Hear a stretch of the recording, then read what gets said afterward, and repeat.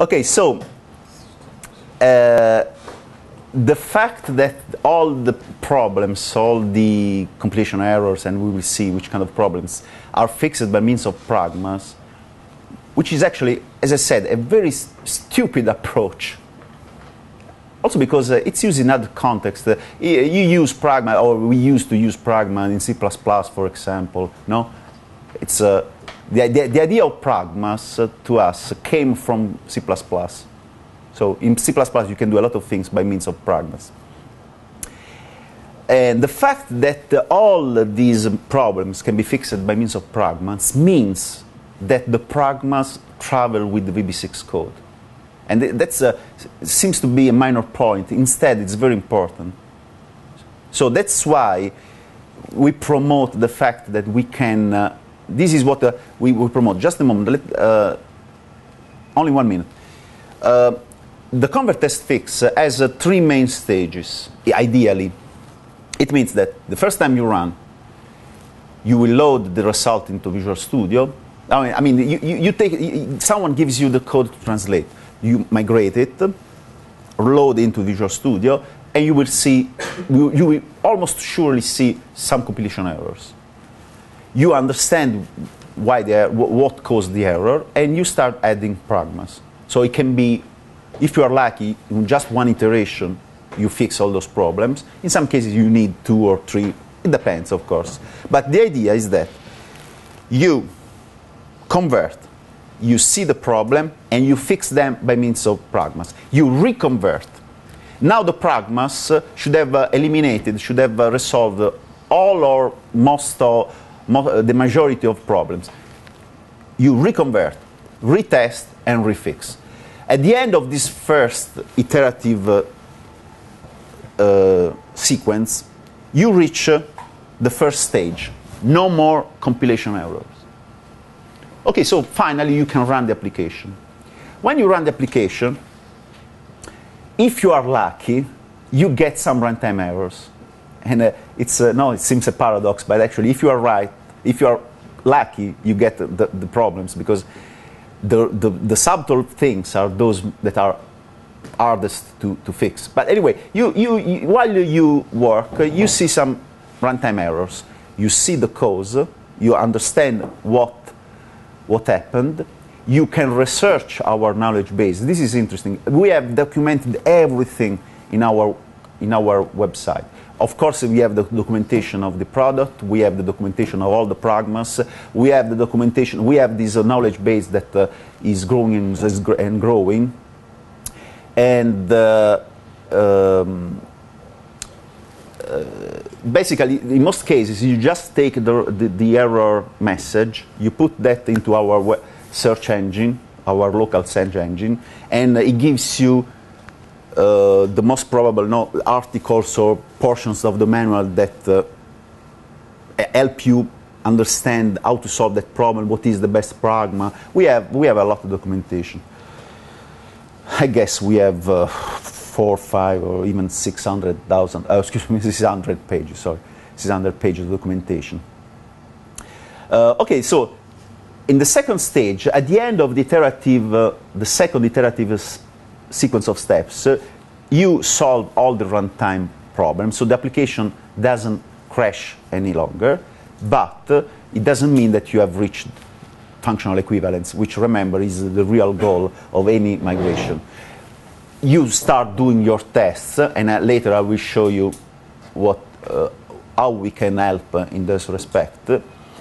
And you start again, you test the application, you see where it differs from the original one, you use pragmas to fix it, and at the end of the third stage, you have achieved the functional equivalence, and the migration is basically is completed. Yeah, I wonder if you can use pragmas not just to fix things, but to improve your code. Improve. Like converting arrays to generics arrays, or I don't know, to be more specific in your code conversion. Yeah. I cannot say yes in all cases. We have studied a few cases, the most recurring ones, and we have taken care of them. For example, with just one pragma, you can convert a regular string into a string builder. So probably, no? If you talk about generics, you know what a string builder is. And not only that, VB Migration Partner alerts you when a string builder could be potentially a time saver. About generics, the answer is yes, in the sense that we provide, for example, generics typically are used for collections, no? So we provide a generic collection. So you have the collection object, and we have our own collection 6 object, which is a generic type, and it can run up to 3-4 times faster, and depending on the operation, it can be up to 10 times faster, because it's a class that we created. We can provide the source code, of course, and this class internally uses generic. So the idea is that we have a class which is called collection 6. You can have collection 6 of strings, collection 6 of integer. Internally, it uses generics. You have a source code, but the idea is that with just one pragma, you can change that the VB6, the VB.NET collection. You can during the code generator, you can tell VB Migration Partner, this is not a string, it's a string builder. This is not a collection, it's a collection of integers. So it's run faster, is strongly typed. You know, you get all the. I cannot say you can replace anything with anything, but if you write a class, you can. So remember, yesterday we showed the approach based on attributes, etc. Remember, so basically, if you think that you could significantly improve your code by replacing something with something else, and this something else is not provided by us, you provide it, you label with the attribute, and it goes. The architecture, this is another thing I would like to emphasize. Our architecture is absolutely open. I hope I have the time to go into more details, but it's a fact that, as I was explaining, if you don't like the way we translate something, in many cases, I can't say always, honestly, but in many cases, for all the most important kinds of transformations that you may want to apply, you can do that. It's customizable. Okay. And as I said today, all the source code that you might want to look at, because it's used during all the pieces of our architecture that can become part of the migrated solution. I mean, something that somehow goes on your computers. All of that is available as a source code. So the architecture is completely open. And it's a source code. I can show you that today, or we can have a separate conference calls or whatever. The source code is well documented. Oh, by the way, one of my books is the manual of code, the official manual of coding guidelines for the .NET developers.